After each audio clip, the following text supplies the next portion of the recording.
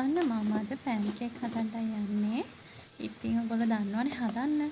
හැබැයි මටත් හිතුණා හදන ගමන් පොඩි වීඩියෝ එකක් විදියට මේක ගේන්න.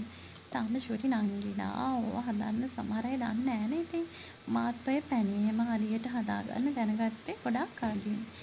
ඉතින් පිටි හැඳි 2කමාරක් වගේ තමයි ගන්න. ඊට පස්සේ බිත්තරයක්, ඊට පස්සේ ලුණු කුඩු චුට්ටයි, කහ කුඩු චුට්ටයි දානවා. ඊට පස්සේ වතුර වෙනුවට මම දීකිරි ගත්තා. වතුරෙන් හදන්න පුළුවන්. හැබැයි දීකිරි ටිකක් ගත්ත ගොඩක් රසට ගන්න ඕන හින්දා. කහ කුඩු දාන හේතුව තමයි පෑන් කේක් එකේ පාට ගන්න. අපිට සුදු පාටට සාමාන්‍ය පෑන් කේක් හදන්න නැහැනේ. අන්න ඒ නිසා කිරි පොඩ දාලා මේක හොඳට මික්ස් කරගන්න ඕන කැට නැති වෙන්න. හැබැයි ඉතින් මේක ලේසි විස්ක් එකක් හරි අත හොඳට වොෂ් කරගෙන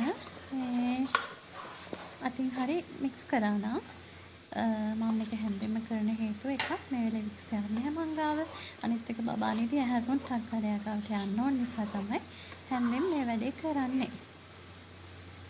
මං ගාව තියෙන භාජන ලොකු වැඩි පොඩි බෝල්ස් ඕන ඒවා තේරෙන්නේ මේ වගේ වැඩක් කරලා තමයි. කිචන් එක මම සමහරලාට හිතනවා තාම හරියට සෙටල් කරන්නේ නැහැ කියලා.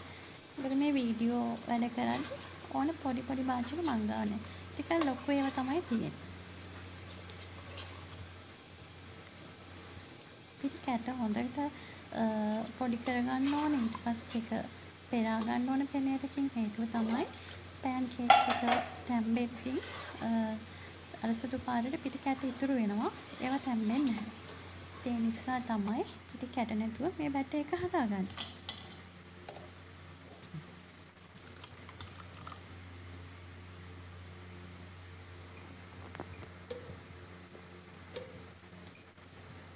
ඔව් කොහොම හදලා තියලා ඊට පස්සේ පැණි උණු කරලා පැණි පොල් හදා ගන්න ඕන. පොල් පැණිද පැණි පොල්ද? පැණි පොල් කියමුනේ. ඒක හොඳයිනේ. පැණි පොල් එක හදා ගන්න ඕන. ඒකට පොල් ගන්නත් ඕනේ. ඔයාලට මතකද ඉස්සර සෙල්ලම් ගෙදර කියලා කතාවක් ගියා. මට මතක විදිහට ITN එකේ. මට අද පොල් ගද්දී ඒක මතක් වුණා. ඒකේ මං ආසේ පොල් ගානවා බලන්න, නූලක් අරගෙන කේක් කපනවා බලන්න, සබන් කපනවා බලන්න. එක චූටි ඒවා තිබ්බානේ.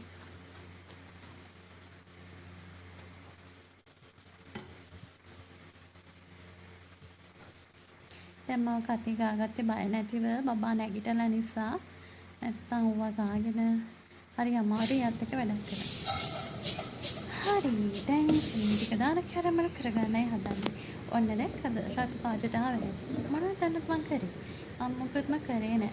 සීනි හැන්දක් දාලා හැන්දා ගියා. ඔන්නම කරක හිටියා.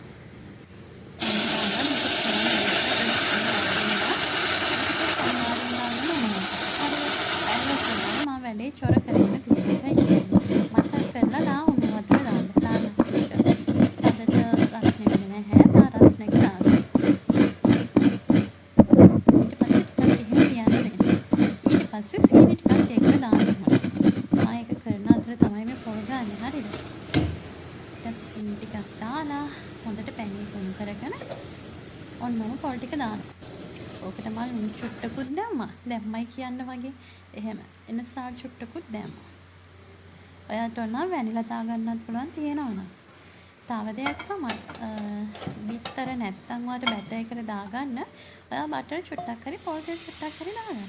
බිත්තරයක් ඕනෙමයි කියලා නැහැ. තේරුණාද? ඔන්න දැන් ඉතින් පෑන් එක අල්ලි තියලා ඒකට මෙන්න මේ බැටර් එකකින් චුට්ටක් දාලා ඔන්නෝම හදාගන්න. අන්න කොච්චර පොඩි වෙලාවද යන්නේ මේක හදාන්න කියලා. ඔන්න බලන්න ලස්සනට හැදිලා එනවා විනාඩියක් දෙකක් යද්දී. දැන් ඕකම හරියට දාගන්නවා. පළවෙනි එකේ විතරයි මම එහෙම දාන්නේ. මේ අනිත් ඒවාල දාන්නේ නැහැ. ඒක තමයි එහෙම ඒකේ මැද අමු නැහැ. ප්‍රශ්නයක් නෑ. එහා පැත්ත දාන්න ඕන කියන එකක් නෑ. ඒ හින්දා ඕක දැම්මද අනිත් ඒවා ටක් ගාලා හදාගත්තා. එහා පැත්ත දැම්මේ නෑ. දැක්කම පළවෙනි එකම චොර වුණා. ඔයාලටත් එහෙම වෙනවනේ වැඩක් කරන්න. ඉතින් නම් ආපහු එක දිගාරින්න ඉරෙනවා. ඒ කියන්නේ බැට එක හරියට. ඉතින් මම හරියට මේකේ පදම දානවා. හරි දැන් ඔන්න පැණි පොල් දාගන්න හදන්නේ. අයිනකට වෙන්න. ඒ කියන්නේ මේක මේ පෑන් කේක් එක මේකට වෙල්ල වැහුම් කියලාත් කියනවානේ. ඒක හොතාගද්දී අපේ පැත්තේ ඉඳලානේ ඔතන ඉස්සරහට. ඒකට අපිට අපේ පැත්තට වෙන්න කෙළවරකට වෙන්න දාගන්න. දිගටම තුනී කරගන්න. සමහර පෑන්කේක් මම කාලා තියෙනවා. මැදට යනකම් කාගෙන යන්න ඕන පැණි පොළ හම්බෙන්න. දැන් මේ මං හදන ඒවල එහෙම නෙමෙයි හරිද? ඒවල පළවෙනි එකේ කෑල්ලේ කට කාපු වෙලේ ඉඳන්ම පැණි පොළ හැපෙනවා. අර පේනවනේ? ඔන්නම හැදුවා. හරි. ඔන්න ඔබ ඔක්කොම හදාගත්තා. ඊළඟට දෙකයි පෙන්නන්නේ. පොළ දාගන්න. ඒ විදියට හදලා බලන්න. හදලා බලලා කමෙන්ට් එකක් ගන්න මට. තේරෙනවද? මේක මාරම ලේසියි. මං ආසම මේ රෝල් කරන්නනේ. ඔන්න බලන්න. හැබැයි ඒක ටික රස්නෙට කරන්න ඕනේ. හරිද? ඒක තමයි ඇලිලා හිටින්නේ. නැත්නම් ඉතින් අලවන්න තමයි වෙන්නේ. හරි. ඔයත් එහෙනම් හදලා බලලා කමෙන්ට් එකක් දාලා ඉතින් එන්නම්. බයි. ඔයත් හදලා නැති කෙනෙක්